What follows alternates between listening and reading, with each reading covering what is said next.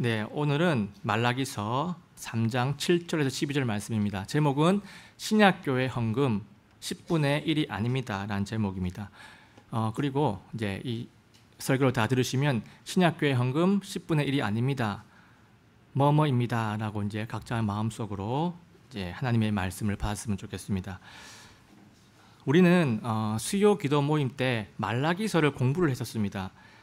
지난주에 이제 다 끝이 났습니다. 끝이 나고 이제 마태복음에 들어갔는데요. 기억이 흐릿해지기 전에 인상 깊은 구절들을 주일 설교로 한번 다뤄보려고 합니다. 오늘은 헌금 부분을 담고 있는 그런 본문입니다.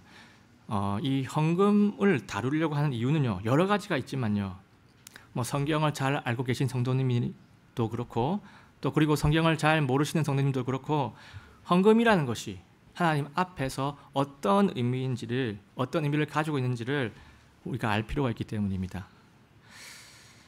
오늘 본문은요 11조를 말하고 있지만요, 원리적인 부분은 우리와 상통을 하는 부분이 있고, 또 마지막 부분에 신약교회 시대 때 그 헌금 원리도 같이 딱 정리를 하면서 마무리해 보도록 하겠습니다. 우리 교회는요 신약교회 이 원리를 적용을 하고 있기 때문에 이 똑같이, 그러니까 11조라는 이름을 가지고는 헌금을 하지 않습니다. 하지만 어떤 교회들은 구약의 11조처럼 똑같이 지키는 교회도 많이 존재하지요. 일단 신약교회의 헌금 원리는요 10분의 1이 아닙니다. 하지만 그 성도님들 사이에서는 11조에 대해서 의견이 분분하기도 합니다. 내 소득의 10분의 1을 정확히 드려야 하나? 살짝 모자르면은 죄가 되는 것인가? 아니면 내가 어떻게 해가지고 어떻게 용돈이 생겼는데, 꽁돈이 생겼는데 이것도 11조로 드려야 되냐? 여러 가지 사안들, 이슈가 있을지도 모르겠습니다. 오늘 본문은요 여러 교회들에서 11조를 온전하게 드려라, 그리하면 하나님께서 놀라운 물질의 축복을 부어주실 것이다, 이런 메시지로 적용이 되곤 합니다. 정말로 이 오늘 본문이 물질의 복이 중심이 되는 그런 말씀일까요? 정말 이것을 알기 위해서는요 말라기서가 왜 기록이 됐는지 알 필요가 있습니다. 말라기서는요 어떤 내용이 나오냐면, 하나님께서 이스라엘 백성을 책망을 하시고 이스라엘도 하나님을 불평불만하고 있는 그런 상황이 딱 동시에 펼쳐지고 있습니다. 이스라엘이 하나님께 불평을 하는 부분이 뭐냐면요, 이것입니다. 남왕국 유다가 바빌론 포로에서 딱 돌아왔을 때 그들의 현실은 너무나 냉혹했습니다. 유다 땅은요 완전히 폐허가 되어 있었고요, 기본 생계를 꾸려나가기도 너무나 힘든 그런 상황이 있고요, 외적으로는 이방 민족 때문에 위협이 가득한, 위협 때문에 마음이 불안한 그런 상태였습니다. 이런 악조건 속에서 이제 하나님의 대언자 학개라든지 스가랴라는 이 대언자들이 이런 대언을 합니다. 지금 무너진 성전을 다시 건축을 하면, 재건축을 하면 너에게 하나님의 복이 임할 것이다, 이런 대언을 합니다. 그래가지고 이스라엘 백성들이 스룹바벨을 중심으로, 리더를 중심으로 해가지고 이제 있는 힘 없는 힘 다 이제 모아가지고 성전을 완공했습니다. 그게 바로 스룹바벨 성전이죠. 자, 그리고는 하나님의 엄청난 이 복 덕분에 우리 상황이 엄청 좋아질 거야, 이렇게 기대를 합니다. 그런데 현실이 어떠했습니까? 현실은요 기대했던 만큼 엄청난 복이 없었습니다. 처음보다는 상황이 좀 나아졌지만요 여전히 물질적으로는 힘든 상황이었고요, 여전히 외부적으로는 강대국과 이방 민족들 여전히 존재했습니다.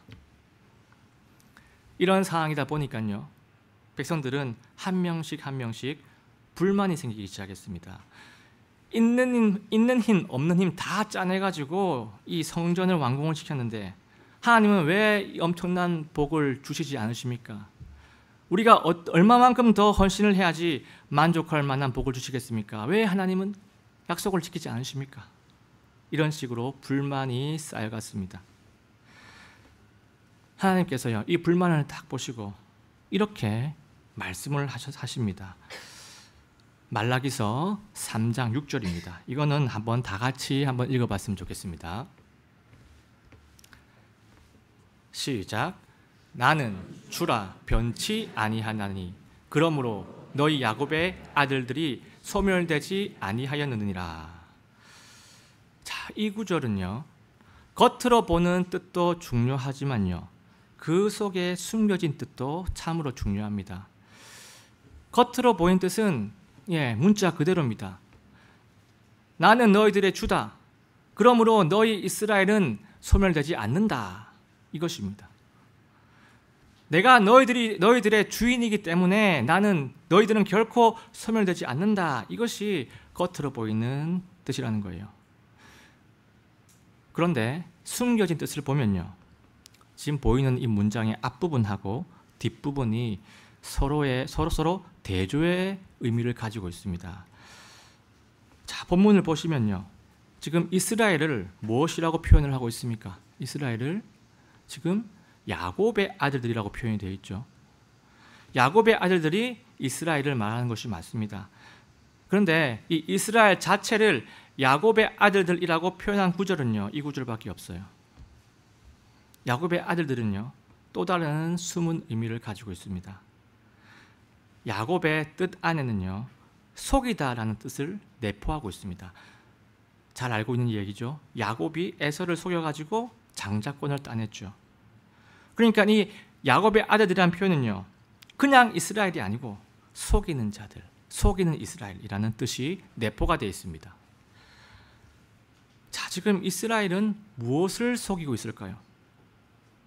지금 이스라엘은요, 우리가 할 수 있는 것은 다 했는데 왜 하나님은 신실하지 않으십니까? 우리는 열심히 다 했습니다.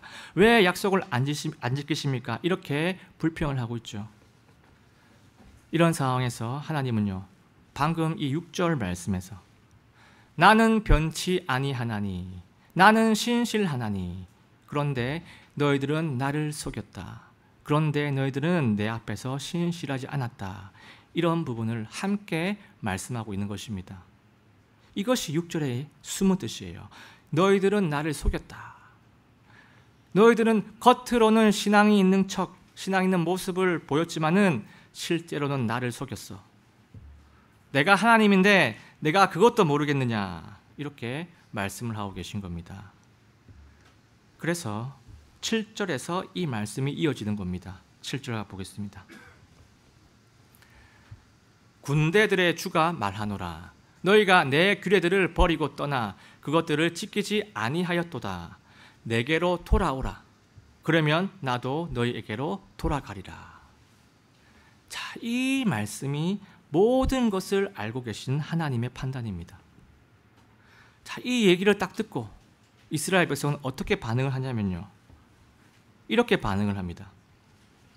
7절 후반부에 우리가 어떤 점에서 돌아가리까? 우리가 어떤 점에서 돌아가리까?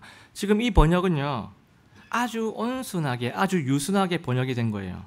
실제 이 뉘앙스가 어떤 거냐면요, 우리가 언제 속인 적이 있다고 하나님 우리 보고 돌이키라고 하십니까? 언제 우리가 속인 적이 있습니까? 왜 우리가 돌이켜야 합니까? 이런 식으로 따지고 대들든 그런 뉘앙스를 지금 가지고 있습니다. 이 대드는 이 질문을 듣고 하나님은요, 이스라엘이 무엇을 잘못했는지 살포시 하나하나 선포를 하십니다. 말라기 3장 8절 9절입니다. 사람이 하나님의 것을 강도질 하겠느냐? 그러나 너희는 내 것을 강도질 하고도 말하기를 우리가 어떤 점에서 주의 것을 강도질 하였나이까 하나니 너희가 11조와 헌물면에서 강도질 하였느니라. 너희가 저주로 저주를 받았나니 이는 너희 곧 이 온 민족이 내 것을 강도질 하였기 때문이라. 이스라엘은요, 하나님께 드려야 할 11조와 헌물을 드리지 않은 겁니다. 여기서 11조가 뭐냐면요, 백성들이 한 해 동안 열심히 일해가지고 수확한 모든 이 생산물 중에서 10분의 1을 레위인에게 바치는 하나님의 율법입니다. 하나님께서 이 법을 만드신 이유는요, 레위 지파는 상속 유업을 받지 않았기 때문이에요.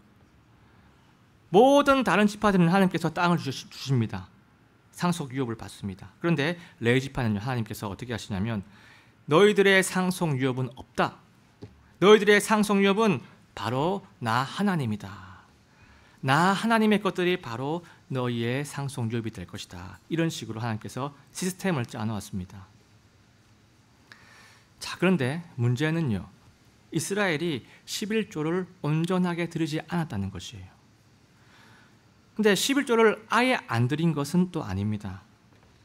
율법대로 10분의 1이 아니고 그 양을 자기 주관대로 정하고 여유가 있으면 드리고 여유가 없으면 안 드리고 들쑥날쑥 이런 식으로 하고 있었다는 것입니다. 자, 이런 상황에서 제일 처음에 나왔던 하나님의 책망이 있고 그 뒤에 나왔던 이스라엘의 반문이 있었죠. 자, 지금 누구의 말이 맞는 것일까요? 이 상황에서. 이 두 말은요, 서로 반복하고 있기 때문에 어느 하나의 말은 잘못된 말일 겁니다. 누구의 말이 맞는지 알려면요, 성경이 말씀하는 11조가 어떤 것인지를 알면 어느 정도 답이 나올 겁니다. 네, 11조에 대해서 성경에서 제일 처음으로 언급된 본문을 한번 보겠습니다. 제일 처음 창세기에 언급이 되죠. 내 원수들을 내 손에 넘겨주신 지극히 높으신 하나님을 찬송할지어다 하매 아브라함이 모든 것의 10분의 1을 그에게 주니라. 자, 이 구절을 보시고 이게 어떤 내용인지 아시면요, 네, 성경을 많이 알고 계시는 분이십니다. 지금 이 상황이 어떤 상황이냐면요, 이방 민족들이 소돔과 고모라를 침략을 합니다. 침략을 해가지고 거기에 있는 아브라함의 조카 롯을 포로로 데려가 버리고 맙니다. 그러니까 아브라함이 어떻게 하겠습니까? 아브라함이 조카 롯을 구하려고 전쟁을 일으키겠죠. 전쟁을 벌여가지고 결국에 전쟁에 이어가지고 롯도 다시 데리고 오고 그리고 많은 재산들도 다 빼앗아 가지고 옵니다. 자, 이 사건이 일어난 직후에 누굴 만나는데요? 누굴 만나냐면요, 살렘 왕, 하나님의 제사장 멜기세덱을 만나게 됩니다. 지금 그 멜기세덱을 만나는 장면이 바로 이 본문이에요. 근데 이때 아브라함은요, 자기가 전쟁에서 얻은 그 전리품의 10분의 1을 멜기세덱에게 바칩니다. 그런데 어떤 배경에서 이걸 바치냐면요, 멜기세덱이 아브라함에게 복을 탁 주는 그런 장면에서 이런 일이 일어납니다. 한번 보겠습니다. 창세기 14장 19절 20절을 제가 한번 읽어보겠습니다. 그가 바로 멜기세덱입니다. 그가 아브라함을 축복하여 이르되 하늘과 땅의 소유자 즉 지극히 높으신 하나님의 아브라함에게 복이 있을지어다 라고 이렇게 축복을 하죠. 아브라함을 내 원수들을 내 손에 넘겨주신 지극히 높으신 하나님을 찬송할지어다. 자, 이렇게 멜기세덱이 말을 합니다. 아브라함이 이 복을 받죠. 받고 나서 아브라함이 어떻게 하냐면요, 아멘, 아멘, 네 맞습니다, 옳습니다. 하나님께서 전쟁에서 이기게 해주셨습니다. 맞습니다. 하나님께 이 모든 영광을 돌리겠습니다. 이런 식으로 그 전쟁의 승리의 은혜에 대해서 인정을 하는 의미에서 전리품의 10분의 1을 멜기세덱에게 바칩니다. 멜기세덱에게 바친 것은요, 바로 하나님께 바친 것이죠. 왜냐? 멜기세덱이 하나님의 제사장이라고 기록이 되어 있기 때문입니다. 자, 그런데 이 본문에서 우리가 알 수 있는 11조의 의미가 무엇일까요? 이 본문에서 내가 얻은 재산이 내 능력으로, 내 지혜로, 내 공으로 된 것이 아니라 하나님의 공으로 된 것이라고 고백하는 것이 바로 11조라는 것이에요. 나의 나 된 것이 다 하나님의 은혜입니다. 나의 나 된 것이 다 하나님의 덕분입니다. 역사입니다. 이 고백의 표현이 바로 11조라는 것이에요. 자, 그런데 우리가 이런 질문을 할 수도 있을 겁니다. 지금 하나님께서 아직 11조에 대해서 명령을 하지 않은 것 같은데 왜 11조를 드려야 하지? 이렇게 의문이 생길 수도 있습니다. 그래가지고 신명기를 보면요, 드디어 이 11조에 대한 의미와 명령을 확고히 하십니다. 한번 보겠습니다. 신명기 26장 6절에서 9절입니다. 이집트 사람들이 우리를 악하게 다루고 우리를 괴롭게 하며 우리를 고되게 속박함으로 우리가 주 우리 조상들의 하나님께 부르짖음에 주께서 우리의 음성을 들으시고 우리의 고통과 노고와 압제받는 것을 보셨으며 또 주께서 강력한 손과 넓게 뻗은 팔과 큰 공포들과 표적들과 이적들로 우리를 이집트에서 데리고 나오시고 이곳으로 데려오사 이 땅 곧 젖과 꿀이 흐르는 땅을 우리에게 주셨나이다. 자, 지금 이 내용은요, 무슨 내용이냐면요, 11조를 명령하기 직전에 모세가 고백하는 내용입니다. 모세가 하는 말이에요. 지금 이 내용은요, 이스라엘을 이집트에서 구원을 해주시고 이 가나안 땅까지 인도해 주신 그 하나님의 역사를 지금 말하고 있는 겁니다. 그런데 이 말을 왜 하고 있냐면요, 이겁니다. 너희 이스라엘의 정체성이 무엇이냐, 그 정체성을 알고 있느냐, 그 정체성을 믿느냐, 그 정체성에 대해서 각인을 시키려고 이 말을 하고 있는 것입니다. 너희들은 원래 죄인이었고 원래 너희들은 약자였고 너희들은 노예였는데 내가 다른 이방인들처럼 그냥 놔두지 않고 넘기지 않고 너희들의 부르짖음에 내가 응답을 했고 너희들의 부르짖음에 내가 너희를 구원해가지고 내 백성으로 삼았다.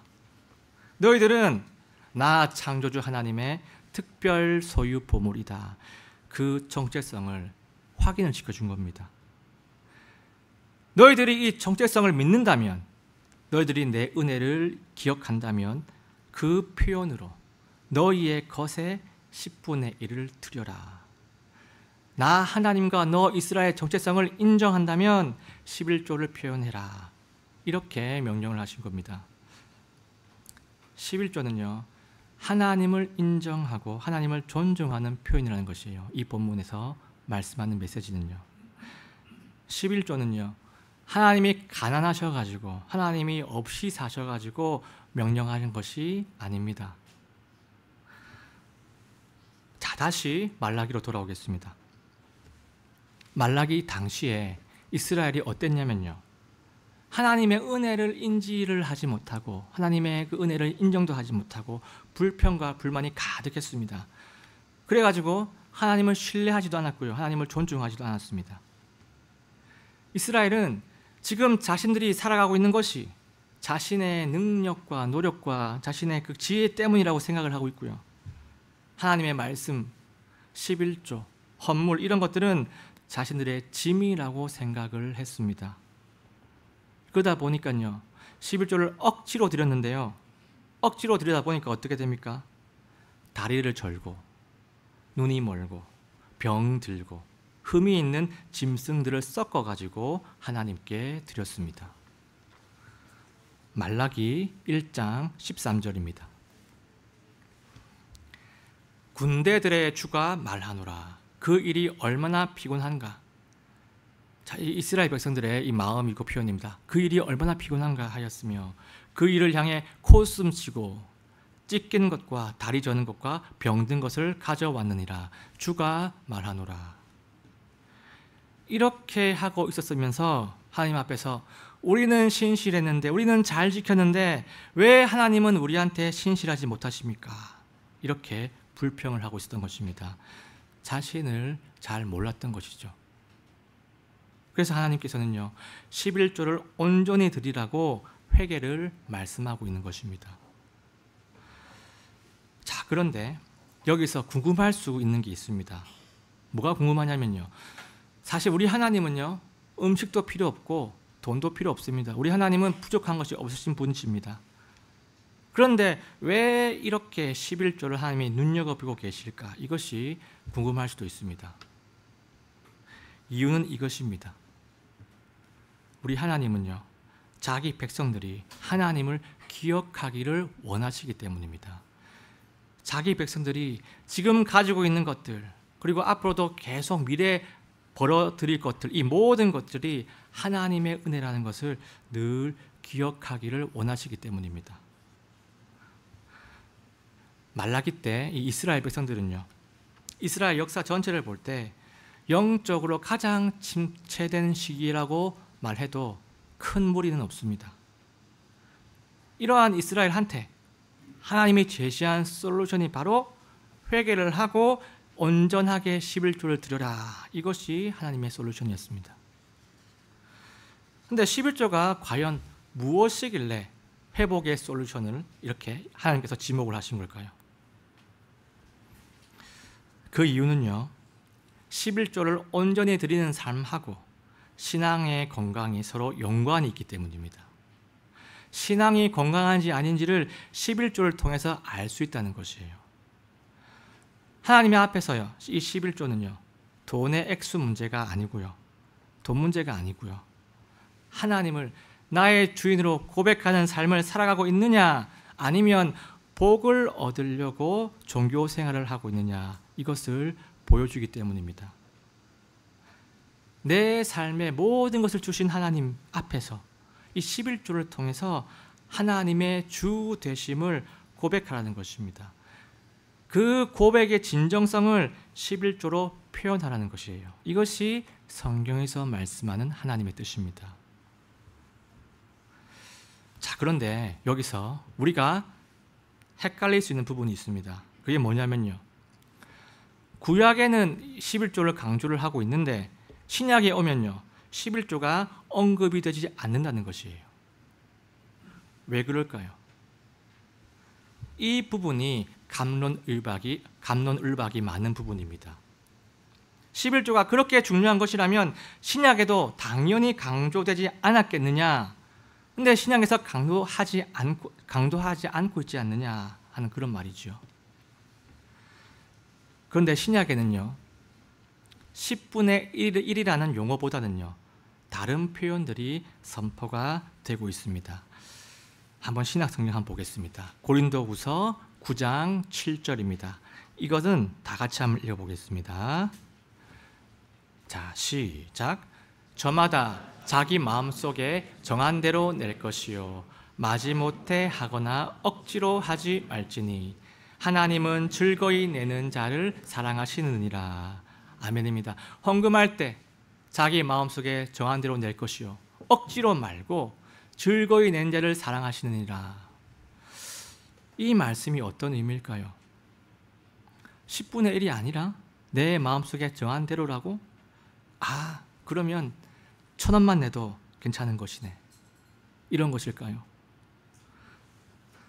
하나님께서 이렇게 말씀하신 이유가 있습니다. 구약 시대는요, 하나님이 주신 나의 것, 하나님이 주신 나의 것 10에서 얼마를 드리느냐가 관건입니다.